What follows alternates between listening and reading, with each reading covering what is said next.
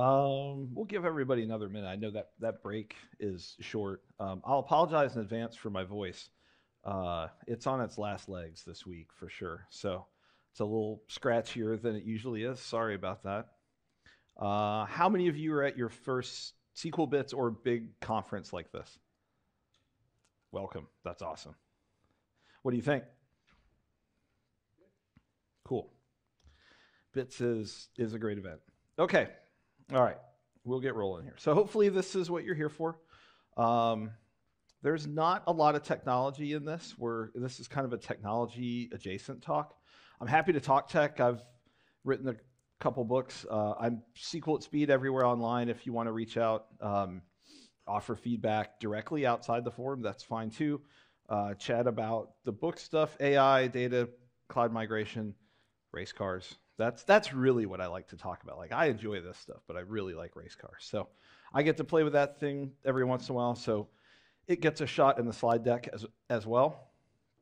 I only put this slide up to show this. So I lead my home city data technology group, basically user group. Getting involved in this stuff has changed my life. So for those of you that this is your first bits, or maybe even your first conference or event of any kind like this, welcome and stick with it.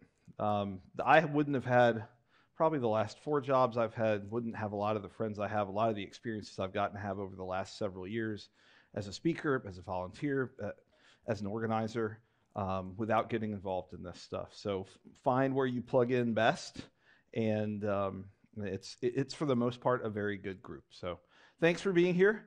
The official feedback, use this. So this should come up at the end of the deck as well. This, I believe, there's a donation to charity, and I think you can specify the cause if you do this. I believe, as the title says, you can also win a prize. So even if you think I was terrible, fill that out so you can win stuff. But really, like, we all read the feedback. It is meaningful. We always want these sessions to kind of reach people where they're at. So if they are, we want to know that. If they're not, we want to know that too. And I always say, if you think this was great, tweet about it, post about it, whatever. If you think it was terrible, don't tell anybody, but do tell me so I can make it better next time. Okay, so we'll start off with a poll. So raise your hand if you're in an on-call or operations type role now. And I know for the online folks, that doesn't work. Okay, so we've got a couple. What about on-call or operations adjacent? Okay. So for those of you who want to volunteer, and I'm not going to make anybody do that, for those of you who fall into the something else role, what is your current role? Or how would you best describe it? I know sometimes it can be many hats.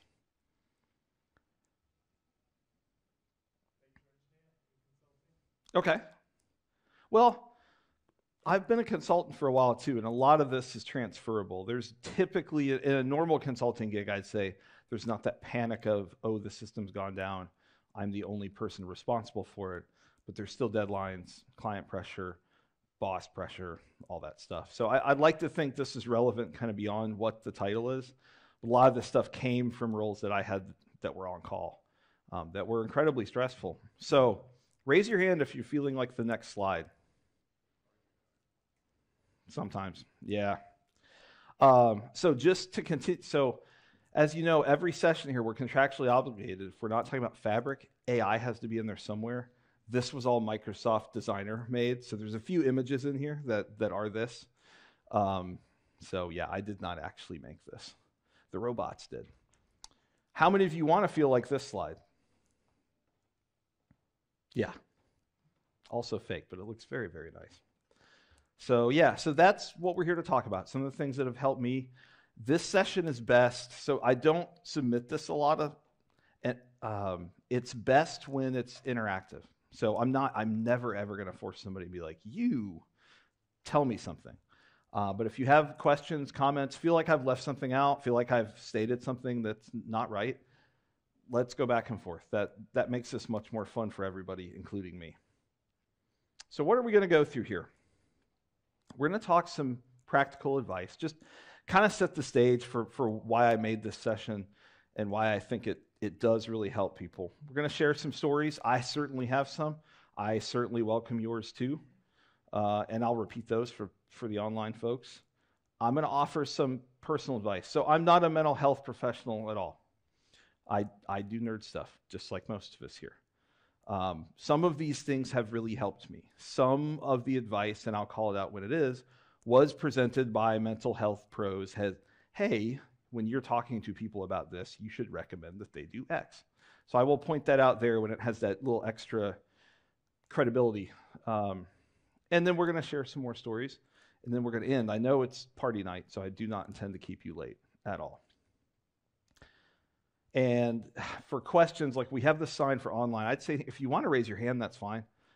If you just want to yell at me, that's fine too. If we're having more of a chat, this is best. So I can't speak to how reputable this website is, but anecdotally, this feels right. And it is a real site that did a real survey. When you go look at their page, the methods seem to be over email, so we can all debate how statistically relevant that is. But it says 43% feel disengaged from their work. 51% feel that they're achieving less than they should. Then we've got kind of a split percentage there. It says we cannot kind of wind down once work is over. I can definitely raise my hand there. That's hard. And I think for a lot of people, when you aspire to do really well at work, it's hard to shut your brain off. And you know, as work shifted more remote focused, I know not everybody's in that role, that's even harder because there's not the line of, okay, I'm done, I've walked out of the office, I've dropped my bag in my car, I go home, I put my bag to the side, I do home stuff. It's, I flip the laptop down, I go make dinner, I go spend time with kids, partner, whatever. Oh, I have an idea. Oh, my watch tells me there's an email I have to go answer. And I go back to my laptop, flip the lid back up. It's hard to disengage. So let's talk about some ways to get around that. All right, first, so this is not so much, this is self-care, but this is the closest to technology that we're going to talk about. So for those that are in an on-call role or are supporting folks that are on call or are friends with people that, and this doesn't have to be on call, any sort of high-intensity role where you're on hard deadlines, there's a lot of pressure, all of those things. Most of this is relevant to that. The monitoring column there on the left is more specific to on-call type things. So first recommendation I have is to make sure that you have tools for whatever you're trying to monitor, whether it's databases, whether it's web servers, whether it's cloud stuff, whether it's all of that stuff.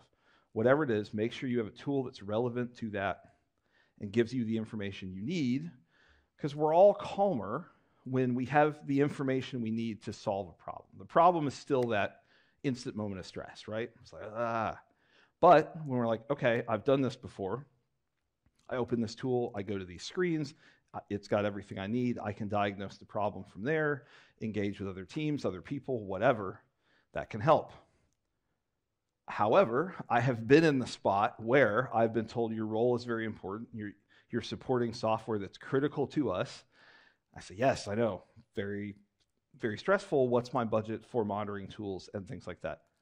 Oh, we don't have any. You don't have to raise your hand if that's happened to you, but I suspect it's happened to a couple of you. I'll say this, and I'll say some things in here that seem harsh, and they're not meant that way, but it's truths that I've come to realize over the years. If you're told your role and all that is critical to the success of wherever you work, and you say, within reason, I need X to do my job, like I need a tool to monitor the environments that I'm responsible for, and the answer is there's no money for that, your role is not as important as they tell you that it is. And you should approach, and I'm not saying that means do a bad job. I hold myself to high standards. I think a lot of us do. But reset your expectations for what you're able to achieve in an environment like that. If you don't have the information you need on hand when there's an issue, you may not be able to solve it quickly. You'll probably be able to solve it. And that's a hard adjustment because I've always wanted to do the very best. I've always held my teams to that. But as I've gotten older and more experienced, it's kind of like if, back to race car stuff, if you send the driver out and you say, you need to go win this big race, and you send them out in a bicycle, they're not going to win the race. They may want to. All their desire might be, I want that trophy at the end, but you've not given them the tools to get there. And for me, monitoring tools and things like that kind of fall in that same space. And it's a fight worth picking if your manager says there is zero budget for that. And we can talk later, depending on what you're looking at. There are some free tools that are nice, that are helpful. But if your manager says there is no budget for that at all, then it's worth asking how critical all of this really is. Along these same lines, having reporting that comes in kind of on the state of what you're having to support and things like that, I've always found very helpful. And it goes back again, having the information you need, especially when you're like if you're a single member of a team, if you're a team lead, somebody that's kind of the spokesperson when things break, you need to have the information coming in that allows you to describe what's happened. And reporting, as frustrating sometimes as it can be to make, gives you some of that information where you're like, yesterday this thing ran like this, today it ran like this, what changed? And you're able to go kind of pursue that information from there. Along these same lines, and again, this is more about kind of supporting production environments and things like that. Proactive alerts, which does go hand in hand with tooling, you can make your own. It's harder. But having alerts that tell you, hey, this thing is about to happen, or we are running out of memory or storage space or whatever, those can help minimize an incident that can sometimes be very big, particularly regarding databases and things like that. You want to know when the trend lines are bad. Or if you've got like an ADF pipeline or something like that, super important. You want to know when that fails. Or you want to know when it runs long, because maybe that means it's going to fail or something's going to time out. So all of those things, you want that information so you can take action there.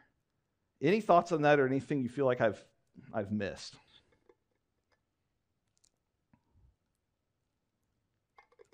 Okay. Management. So how many of you feel, when you're in those roles or around those roles, that your manager, and I don't think you're on camera. I'm not going to make you raise your hand, but you can do like a subtle thumbs up or something. How many feel like your management understands the pressures you're under and backs you? Yeah. So I see some hands in this, which is good. I hear they don't. Some other people are going, So these are things we can establish ourselves, even if leadership is letting us down. And some of this is boring.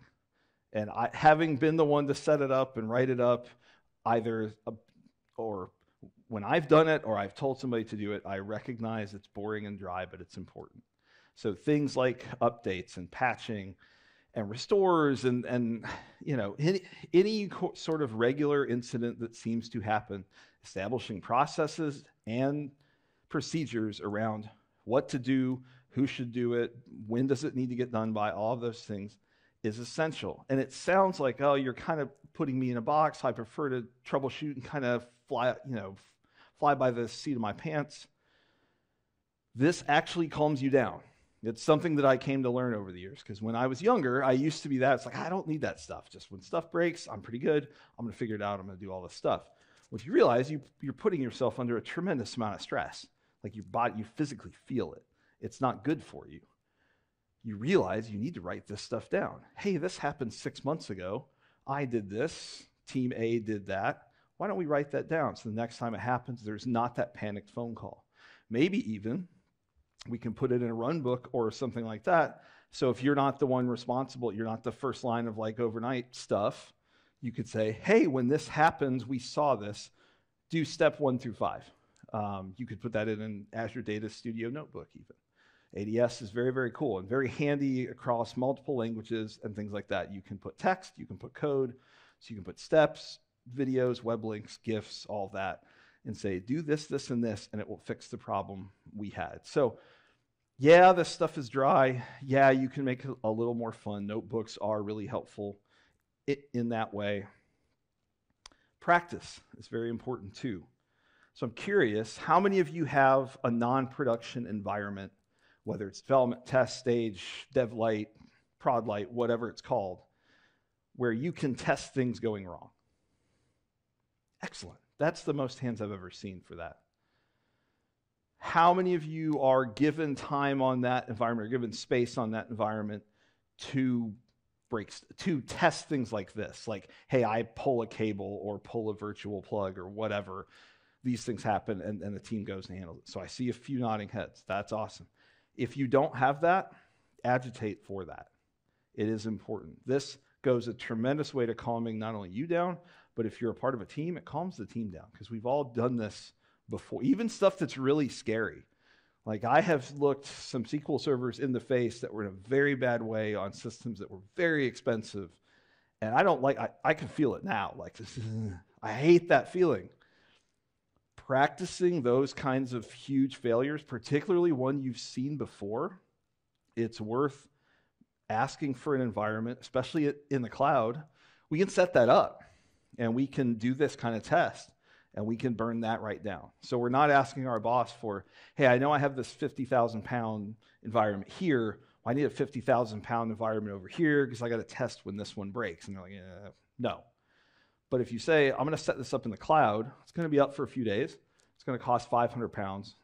Team and I are going to practice all that. They're much more likely to approve that. And the team will then have run through some of these really kind of disastrous things in a non-disastrous way, which is very, very helpful. And all of this kind of leads to documentation. How many of you love writing documents? All right. I saw a hand and a thumbs up. Well done to both of you. I hate it.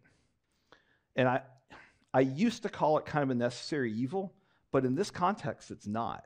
The more we write down, the more we don't have to think about. And some of this stuff, it's almost like an emotional response you get first. And there's physiology involved in that while you may think your brain is thinking super clearly at that point in time because you've gotten a shot of adrenaline and all that, really isn't. The way you kind of creatively troubleshoot through these, which is those are the skills that a lot of us have, does not work very well when you're under a bunch of stress. You just think it does. So if you write stuff down, basically, I would say this, like after a while, every incident that I was a part of, whether the company required it or not, I would write up a postmortem. And it was both technical and kind of process procedure-ish, because as you're running environments that are more and more complex, it got to be where it wasn't just me that broke stuff. It wasn't like Matt hit a button, the thing turned off, Matt is done. None of that. It was cascading failures by humans on multiple teams made a bad thing happen. And while it's fresh in my mind, I'm going to write up my perspective on what I thought happened. Now, if you're working at a really good place, they're going to have an organized process around this. And it's going to be like a retrospective in Agile, where you're not supposed to blame people. You're not supposed to say, well, we didn't get that done because Matt sucks. It's, we didn't get that done, what happened? Now, sometimes the elephant in the room is that somebody did a bad job. And that's probably beyond the scope of this talk. So we're talking about how to make ourselves better. But it's important to kind of look at every angle of what happened, write it down so you can put a process in place, so you can test it, so you can move on. Any thoughts about that? Yeah. We used to call it at 3 a.m. Okay. 3 a.m. in the morning, I've just had the call. I can't even remember my own name. Correct. It's worth writing down everything, because every command you ever thought you knew, suddenly you don't. Yeah. Especially with DR situations. Yes. It's doubling. Yeah. Oh, yeah. The number of times I mistyped select doing something like that. So for the folks online, basically what it was is there's a 3 a.m. rule that's basically write down everything that happened, even if you think it's mundane and silly and all that. Because, right, it's much easier to cut and paste that into something else later. Because like I said, the skills we rely on to be really good at our jobs, when we get that huge shot of stress, they're not as with us as we think. So, right, we need to rely on muscle memory, documentation, things like that. And it keeps us calmer. So then if it gets beyond, then it's not the thing we saw, but it's kind of like it. Then those skills are coming back to you because you're much calmer than you actually were. So let's talk about the third thing here. There are some things that an organization can do. So these, even though we're here talking about self-care, there are things that the organization can do to help that are worth asking about.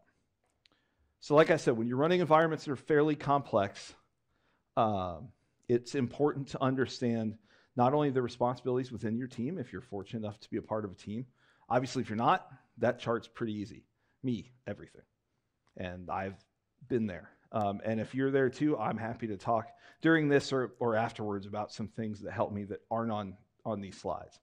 But it's important to have well-defined roles within your team, because when things go sideways, you need to know who to call, who to ask, and who to text, and Teams and Slack and all those things. I've run environments where we were fined for every minute we were down over a set threshold. That threshold was low. The fine was substantial. You have to know this stuff, because you can't be wasting 5 minutes being like, is that Joe or Jane that I have to call to do the thing? Like, it needs to be written down, and you need to know that. Similarly, as environments grow in size and the number of things that they're hooked to, understanding the escalation points on other teams is very important. So you're not, because I've been in this spot where I was at a place we were growing pretty fast. I was the lead DBA, and of course, it's always the database's fault. So anything that broke, they called Matt, said, database is down. That was rarely the case. It was a couple of times, but we won't talk about that. But yeah, they would always call me, and because we were growing so fast, the teams I had to talk to, operations, networking, storage, and all that, I didn't always know the right person to call. And so that not only extra stressed me out, even though I knew my stuff wasn't down, you're still the one getting yelled at. Like, I can go see it and say, my stuff's fine, but everything else can't talk to it. So something between here and here is bad. I have to talk to all these teams. I didn't know the right person to call. Having those defined matters, and having escalation points not only across teams, but up the chain matters too. Because I've worked at places where we treated every single incident like the company was going to shut down if we didn't fix it. And when you're talking about a client that pays maybe a few $100s a month for your service, it's not that they're unimportant, but in the grand scheme of things, taking care of your team and all of that, it's important to know when you kick that to a different part of the chain and say, listen, we're going to make a phone call, we're going to tell them what's going on, and that we'll fix it. Tech teams, stand down. In the morning, you can look at it. Not every place is that fortunate, but if you have clients that kind of range from large to small, or some that are paying you a lot versus a little, that knowing that is really important, and having management that says, okay, we understand it's not worth burning our technology team to the ground to fix a client that pays us $6,000 a year. The one that pays $6 million, probably worth it, because generally those contracts are not nice. So any thoughts about any of that? It all comes down to being organized, and as boring as it is, writing things down.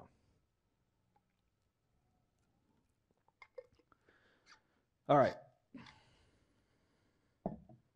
so we've talked about how to control the information we have, how to sustain it, and how to keep it and make sure that it's useful. How can we control how we react to this? So, for me, this is kind of interesting. We talked about documented processes, and we talked about kind of a reactive way to do that. Like, oh no, this thing broke, 3 a.m. rule, which is really good. Like, I'm going to write down everything that happened so I remember even the silly stuff, because it probably matters. But doing that proactively is good too, because there are, whatever you're supporting, whether you're looking at a bunch of data engineering pipelines, database servers, whatever, there are ways we know that those fail us. There are problems we know are going to happen because we have enough experience, or somebody on our team has enough experience where we're like, yeah, we're probably going to face that issue at some point in time. So writing them down proactively helps too, because you may think that and be like, well, you said that on the last slide. What's the point? For me, it's always been two different things. It's a little bit easier to be in the moment, oh my goodness, everything, and then we fixed it, and it's like, okay, I'll write everything down. It's harder to do this one because things are going well, and you don't want to do something that's boring. You want to do something that's fun. You want to tune code or who knows what. Being proactive about this is good. Proactive practice is good too. If we're thinking forward and saying, okay, annually we have this issue around some busy time or something like that. We know what we need to do to fix it when it happens. We can set up something proactive to run the team through that. It's okay, we know this is going to happen. The end of this month, this thing goes, we have to do this thing, but we're going to do it 6 months before and 3 months before and 1 month before. So we know. So it's not a fire drill. It's just, okay, this is the thing that happens. That's where we want to get to. So we're looking out for ourselves. So we don't have that pang of like, oh no, I don't know what to do here. Team cross-training is very important too. It can feel great to be a rock star, right? I fixed the thing, and I've worked places where the culture was the CEO or whoever calls you up in front and said, Matt stayed up 12 hours last night fixing this thing. Isn't Matt great? No, Matt's tired. And Matt should have done the stuff on the other 2 slides so he didn't have to stay up. But when you're incentivized to do that, when you're honored for that, you're getting awards and all that, you're going to keep doing it. Because everyone's like, oh, you know so much. And this isn't just me. I've worked at places where that wasn't me, where it was somebody else. And you're like, they're burning themselves to the ground. That isn't good. So how do you fix that? You make sure that in the culture, teams are required to cross-train.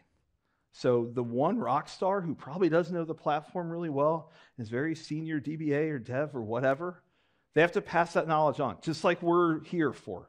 We're all here like to learn from people more or less experienced than us about things we don't know. And I think we're all here because we think that's great. Maybe our boss made us go. I don't know. But mostly that's all good stuff. We want to see that in teams, because then you don't have the one person that they then quit because they are burned out. And everybody's like, well, the rock star's gone. What do we do now? It's not good for the company to be in that spot. It's not good for the person. And it's not good for the team to be in that spot either. So make sure that cross-training is happening, at least where you have control of that and where you can exert influence, or even just kind of be a pest. Raise that point over and over again. I've worked so many places where I've seen that, and that person is revered for not taking care of themselves and not even doing the thing that's best for the firm, best for the team. So be mindful of that, and it's always good advice to pass on wherever you can. All right, so let's talk about now kind of the self-care stuff. It's hard to be patient when something breaks. When somebody calls your phone and says, database is down, thing is down, pipeline's broken, whatever, what's the first thing you do? For me, it's usually swear. And then hang up the phone, or hang up the phone and then swear. Sometimes I got the order wrong. And then you're like, okay, I got to get my laptop. I got to do whatever I got to do. I got to fix it. Is that the first thing I should have done? No. Because even telling that story right now, I'm getting that feeling like, oh, I've broken something. I got to go get the thing. Nothing's right here. Everything here feels weird. What should I have done? Hang up the phone, or even on the phone, and go, just that. You feel better. And I've used to think that stuff was silly. And if you saw the mental health session this morning, it was far darker than this, but there was some good advice there. And one of those is breathing exercises are good. Therapists will tell you this. If you're a bundle of stress, it's not that it's going to fix everything. You're not magically fixed from whatever's wrong with you if you take a deep breath and do this, but it puts you physiologically in a better state to go fix stuff. And it's just as simple as that. Did I learn that for many years? No, I did not. That's why I'm passing it along now. But it really is because you feel that kind of bundle of nerves. And if you just do that, it goes away a little. It's not gone, but it helps. Next thing is stand up. Now this sounds silly too, but movement helps us. Being sedentary is bad for us. And I realize I'm saying this to a room of people sitting in chairs. And I've been sitting in chairs a lot this week. And for our jobs, we sit in chairs a lot. But movement is good. Standing up is good. I bought a cordless headset a couple years ago. It's one of the best investments for my kind of workday health that I've ever made. And also, fighting against the rule where they're like, everybody needs to be on camera so we know that they're engaged. No, I need to move around. I need to be able to stand up at the end of the day after I've been on 6 hours of calls and not like, oh, I can stand up. This leg doesn't work and this shoulder's weird. So stand up. Don't sit in that one spot, hunched over, stressed out. You'll feel that. It's bad for you. And the older you get, you'll feel it more and more. And yeah, move around. Now, this has changed because like my initial on-call role, moving around wasn't necessarily a thing. It was kind of tethered to some stuff, and you couldn't really do that. In modern times, I think most of us are not tethered to stuff. We've got a laptop, maybe headset, pods, whatever. Like we can move a little bit. That's good for us. Even if you're like, I don't have time to get up from this, every second matters. Sure, okay, it does. Those few seconds that you move around, your head will be clearer than probably any other time. I've lost count of the number of times I've been trying to fix something, and I'm like, oh my goodness, I don't know what to do. I'm like, you know what? I'm going to go check the mail. I don't live in a fancy house. Driveway is like here to somewhere there. I'll get halfway out there, and I'm like, no, I know what I was not trying. This works. This isn't mumbo jumbo that somebody told me. It works. Like it has worked for me. So yeah, definitely do that. So one thing that was handed to me, and this is going to be silly, and I know this is on video, but I'm still going to do it, is if you're really, really stressed and you almost feel like you're on the verge of a panic attack or something like that. It's happened to me. It's happened to a lot of people I know. You can do this, just tapping anywhere, like, and there's books about this, about what can be better or worse. That's one thing. The other thing is just do this. Just let your body move in space. I look stupid, right? But it helps because it gets all that energy that's like here, that's fighting against us trying to fix stuff. It's at least moving. I don't know if it leaves your hands or whatever, but it feels better when I'm under that kind of stress to do those sorts of things. And I'll even do it on camera sometimes too, because like it's 3 a.m. Who cares, right? I've got bad hair anyway.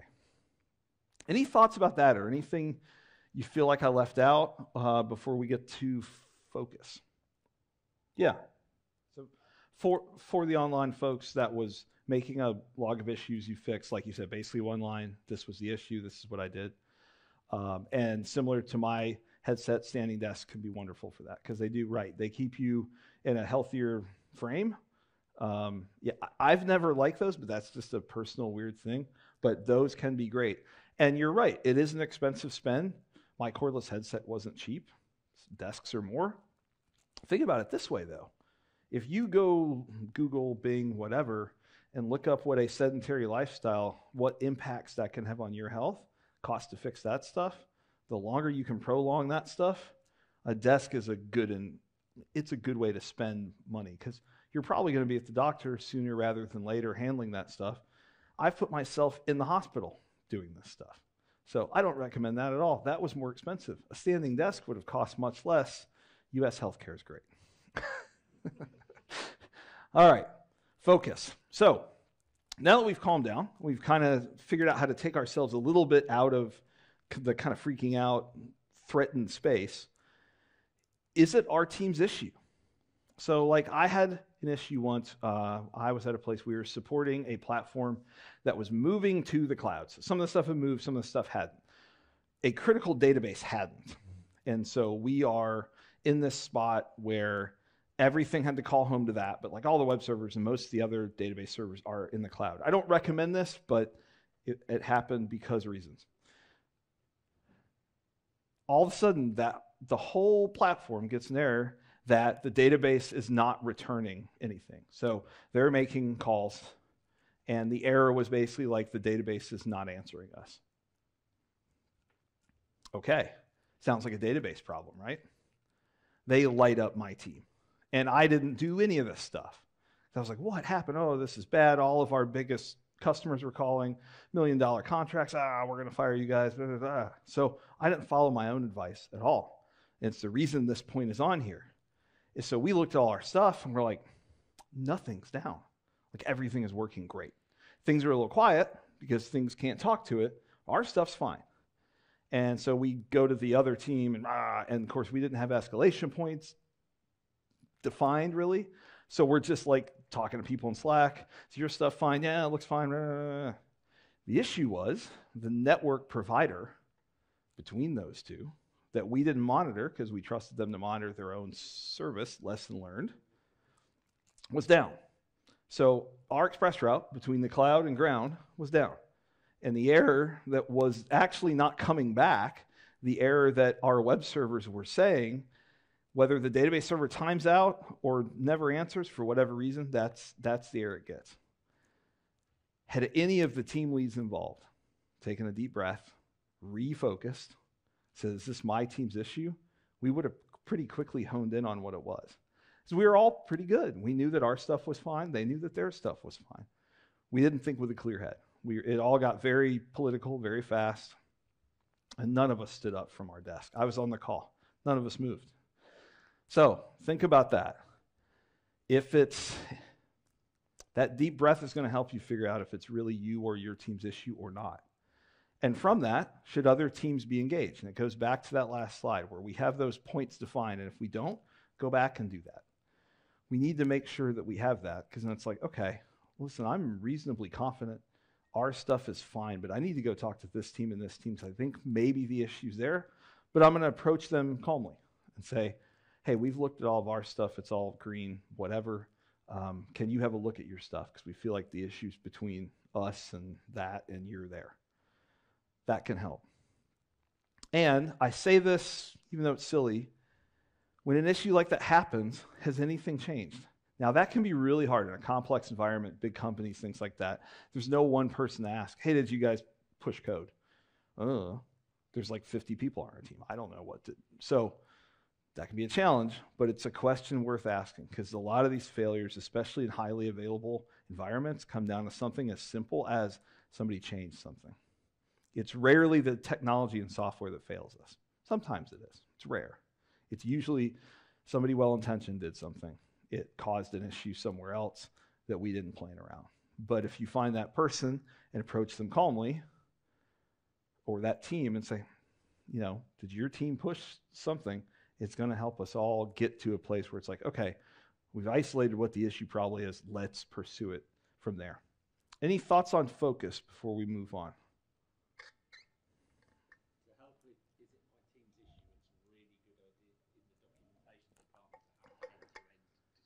Yes. Yes. Yeah, so for the online folks, that point was basically if it's a really good idea to have the system documented end-to-end as well as you can in those documented processes and all that. Because, right, a lot of these systems are complex. There's a lot of moving parts.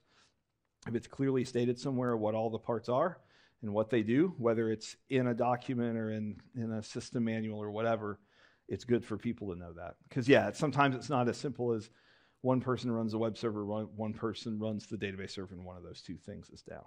It's rarely that easy. Okay.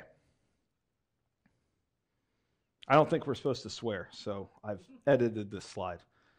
It was anonymized. I said it. I don't remember saying mess up, but for these purposes, I did. So I did say this. And it was an incident we were having, and I remember looking at the team online, and everybody looked terrified. So I said that, and I was right. Now, some of us work in environments where this isn't true, so this does not apply to you, but most of us, it may feel like somebody gets hurt or dies when we make a mistake. They don't. And this doesn't mean, it doesn't matter if you do a good job or not.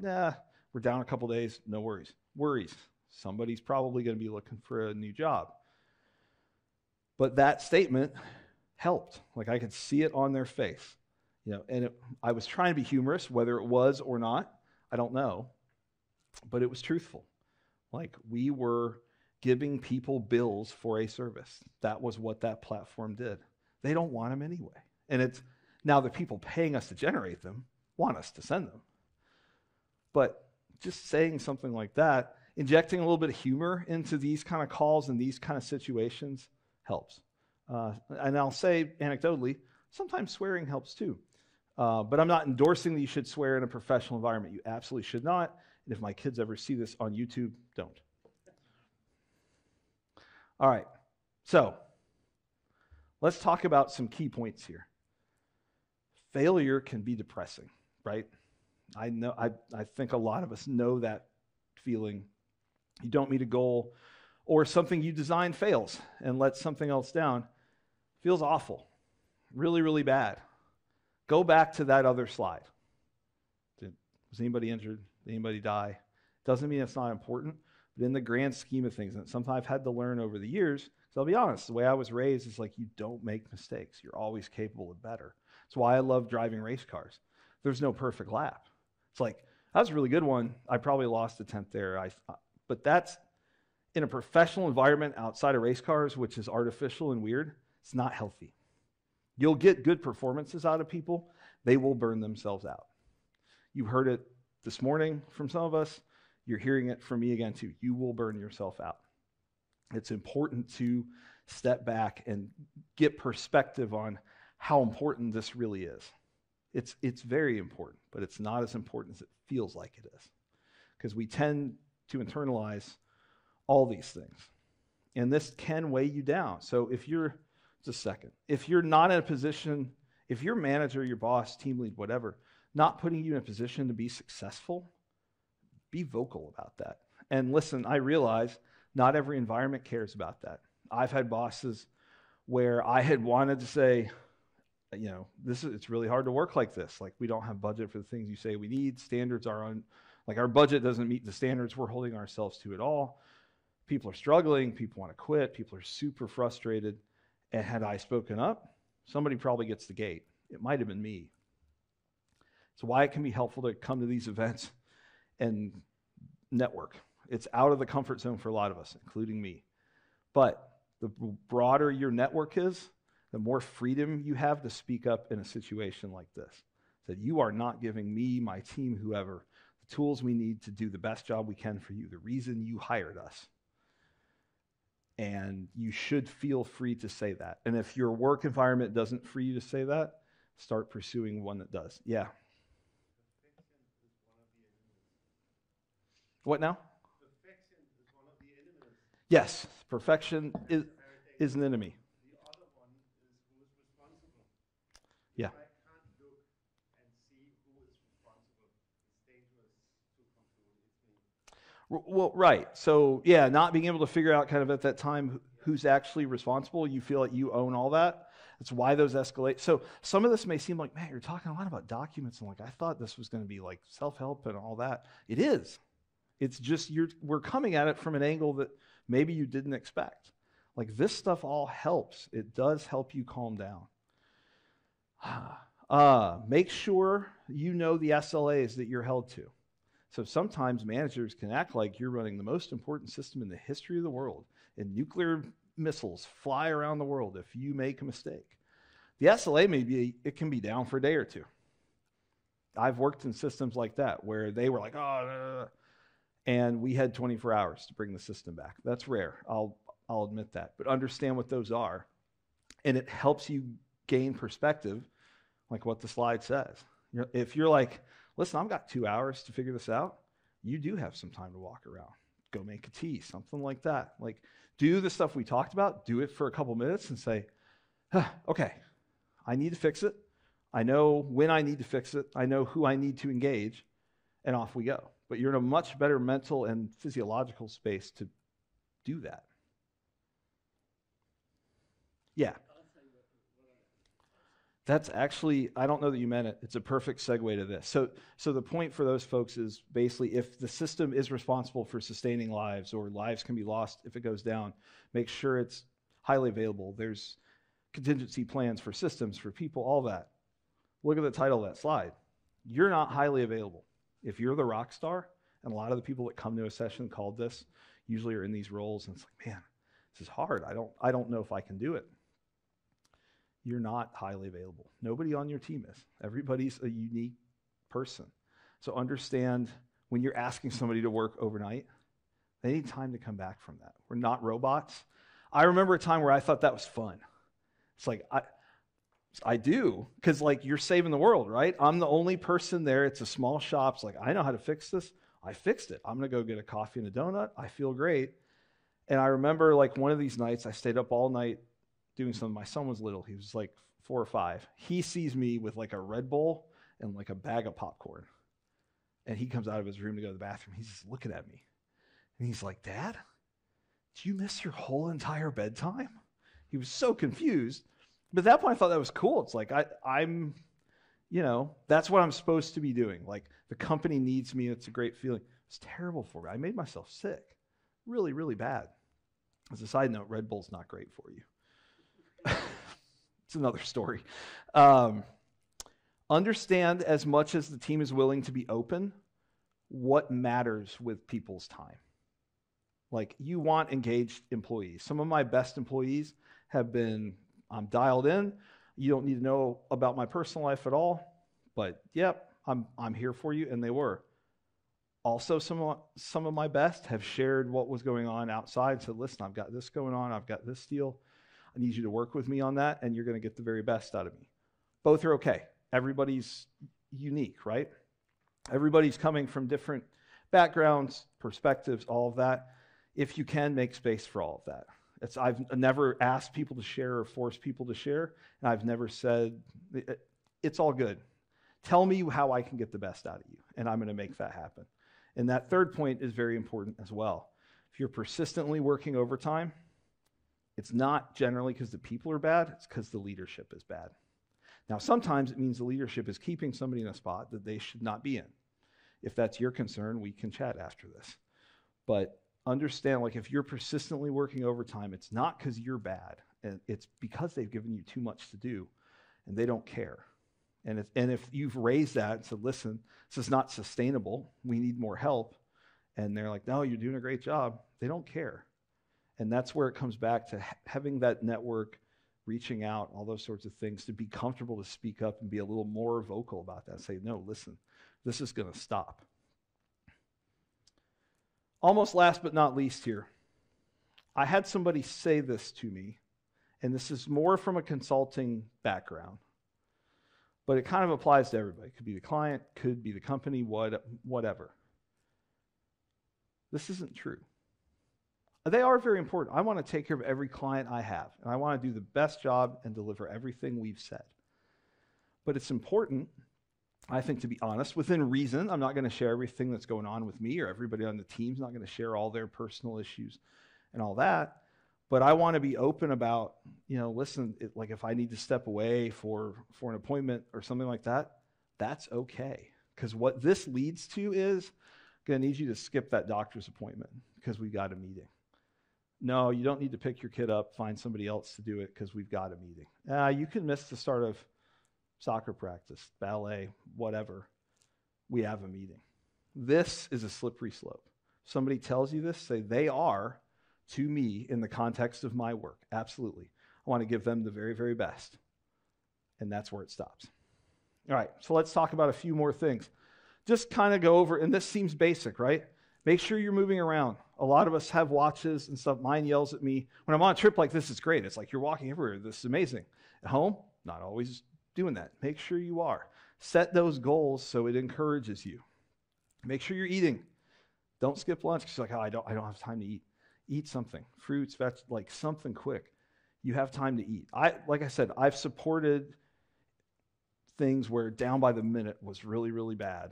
And like you still have to make time to eat. Make sure you're sleeping. And make sure you're talking to people. These sessions, I think, are helpful. I rarely get a full room, but people want to connect with people and talk about this stuff. And it's good for that to happen outside here. And if you need to write a journal or use an app like Dailyo, like I do, to kind of say, what's my mood? What are my stressors? What am I eating? How am I sleeping? All that. That's all good stuff. I hope this helped. I'll be at the party. All that fun stuff. Feel free to reach out. These are all the different ways to find me. This is where I'd like to be. Someday. But thank you very much. Enjoy the party and enjoy the rest of it.